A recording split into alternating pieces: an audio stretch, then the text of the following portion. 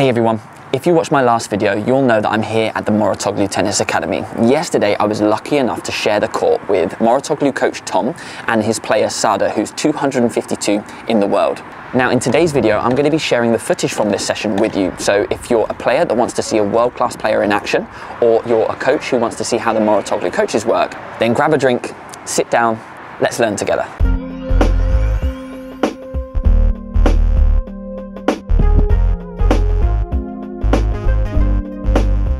I'm Thomas, tennis coach at the Mouratoglou. Oh, yo, under pressure! I'm Thomas, tennis coach at the Mouratoglou Tennis Academy. This is my session with Sada Nahimana. So before talking about Sada's session, let me quickly introduce Thomas.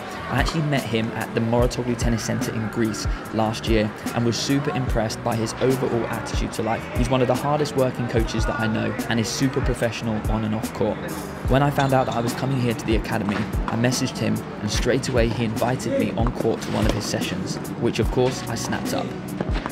So Sada's session was 90 minutes long and they were training on clay as her upcoming 80k tournament is on clay as well. The warm-up started in the service box with a competitive game of touch. Now in this game you have to hit with an open racket face, so you have to hit everything with slice, and the aim is to move your opponent around the court.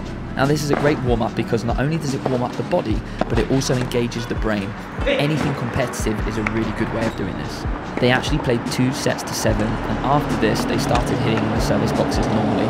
They were doing this with topspin and just aiming to work on timing, rhythm and contact point, and just getting Sada to feel the ball before working their way back to the baseline.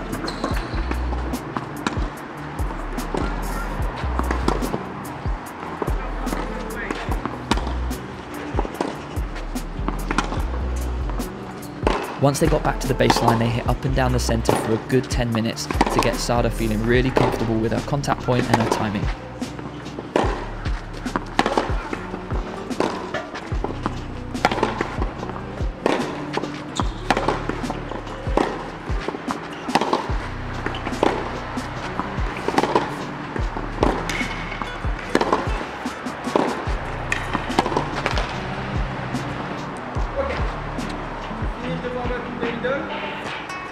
I will start to hit harder and flatter, and at one point I will hit way slower in the middle, and on the slower one you hit the opposite. This is where they got into their first drill. Thomas was now hitting a much higher tempo, hitting quite flat down the middle of the court, and as soon as he hit that ball slightly slower, Sada was to finish into the open court. The aim of this drill was to help Sada to hold a more tight position to the baseline and to look for any opportunities to attack. As you can see here, Sada hits a pretty sweet ball, and that attacking ball is deadly.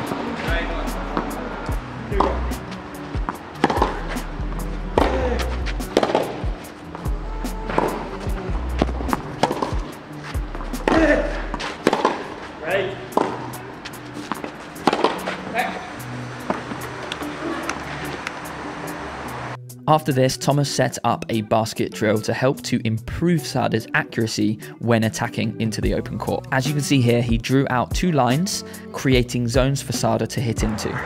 Again, just like before, the emphasis was on Sada taking the ball early.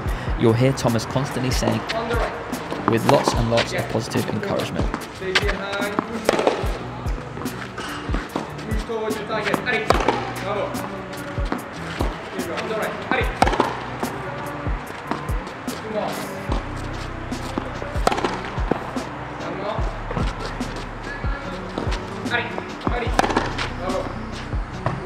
As a coach, I also noticed that Thomas was constantly changing his position on the court to give Sada a slightly different trajectory of oncoming ball.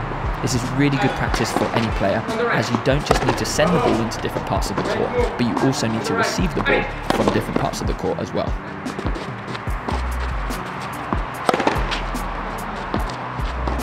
Towards your target. Nice one. Great move. Very good. Right. Oh, sorry.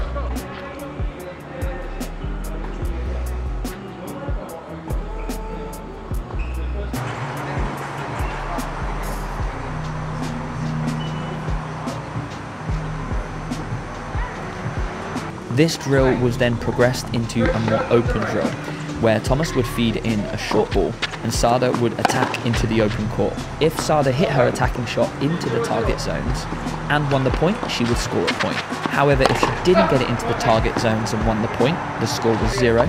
And if she lost the point altogether, then Thomas would win the point.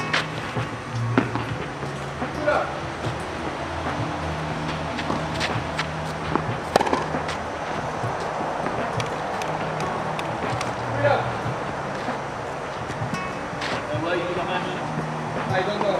I would love to run to the post. Again, the emphasis was on Sada stepping into the court, taking the ball on the rise and being aggressive. However, it was also important that she did this with accuracy. Very good. I will go to one side anyway.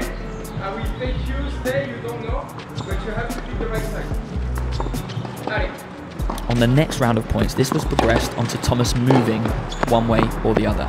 After the feed, Thomas would move left or right, and sometimes he'd do a fake, which meant that Sada had to really focus on her decision making and being really clear with which way she was aiming her attacking shot. This time, Sada would only score a point if she hits the ball into the part of the court where Thomas was not. However, if Sada hit the ball into the part of the court where Thomas was and won the point, she would score 0, and if she ended up losing the point, Thomas would score the point again. You have to take a decision. That means now I'm making everything to make you confused. And you see that the shots that you hit, it's not the same as before. Because before you had one side and you were going for your shot. And now I made a new rule, new system, I'm acting a different way and you confuse me. Honestly, it's about one chance out of 2. You have one side, you don't show it to me, but you know where you want to go. You stick to it. Don't look at me. Allez. The focus on this exercise was for Sada to pick her target early and to commit to it. Thomas explained that if you pick a part of the court and your opponent goes there, you should try not to change your mind. Stick to hitting the shot that you chose in the first place and you're more likely to execute it well. As soon as there's hesitation, doubt, or you change your mind during a shot, then you're not going to execute the shot quite so well. Even if you see me going to the side that you want, stick to your shot. Because if you know, sometimes right here, we want to go where about and the guy is going, we can't change. But if we confuse or if we change something, the result won't be as good as we want.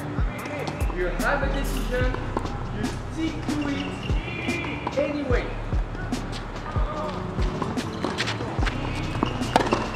Yeah. 6-2.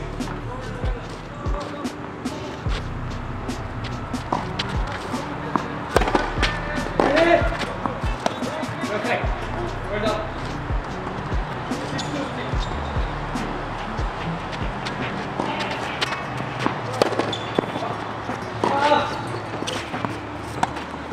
And that's your point anyway. I change side. To reach the ball. 6-3.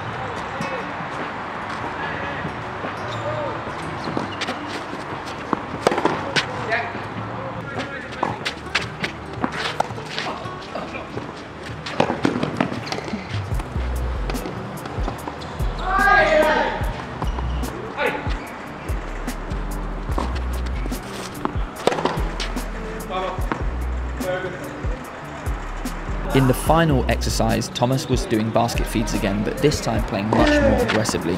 His aim was to take Sada out of her comfort zone by hitting the ball super fast and getting her to stay as tight to the baseline as she could. Naturally, Sada wanted to take a step further back so she had more time and more space on the ball. However, as soon as you step back, you're giving your opponent that little bit more time.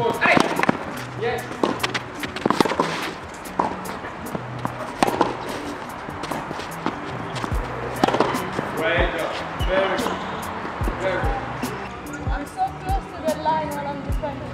Pardon? I'm here. At first, Sada felt that she didn't have enough time to neutralise these shots effectively, but you can hear here that Thomas gave her some really good words of encouragement.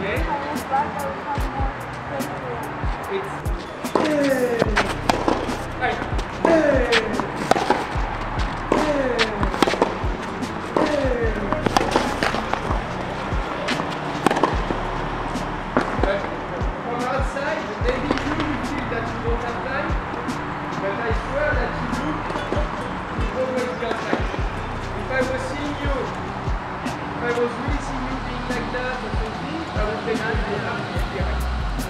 But I hit the ball so hard that you look easy.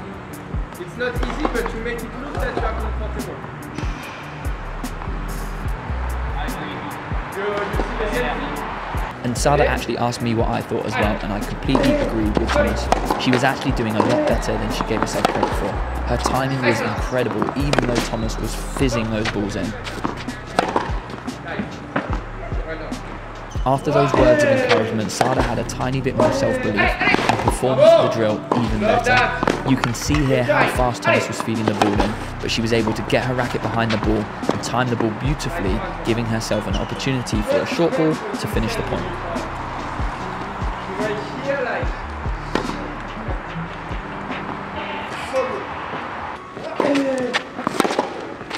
Forward. Bravo. Forward. Yes. Nice. Get the angle.